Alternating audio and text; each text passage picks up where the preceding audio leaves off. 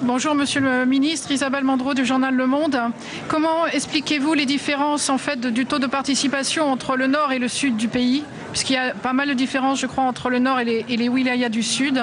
Quelle est l'explication? Et pouvez-vous nous repréciser les règles quant au vote des électeurs militaires? En fait, devaient-ils voter sur leur lieu de travail ou dans leur lieu de résidence?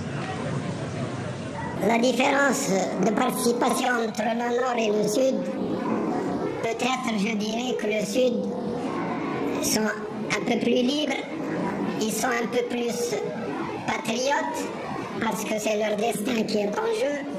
Au nord, les gens profitaient d'une journée comme hier et des 3 jours de congé, des 2 jours de congé qui la suivaient, pour aller à la plage ou pour aller faire du camping ou pour faire n'importe quoi. Bon, ça, de toute manière, le vote chez nous n'est pas obligatoire.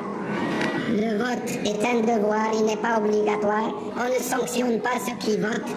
S'ils ne veulent pas voter, ils sont responsables de leurs actes. Maintenant, pour le vote des militaires, il faut cesser d'essayer de trouver une différence entre les citoyens algériens. Les militaires, pour leur grande majorité, sont des enfants, sont des jeunes algériens. C'est des jeunes qui sont au titre du service militaire, c'est des Algériens.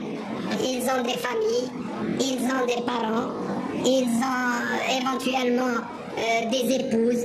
Ils considèrent, comme les autres Algériens, que voter est un devoir patriotique. Ils l'ont fait, ils ne le font pas pour le compte de qui que ce soit. Si c'était une élection présidentielle, on pourrait dire oui, voilà, ils ont choisi tel président parce que c'est leur ministre de la Défense. Mais même là, on ne peut jamais faire d'injonction à un militaire pour lui montrer comment il doit voter. Maintenant, il s'agit d'un vote pour un parlement.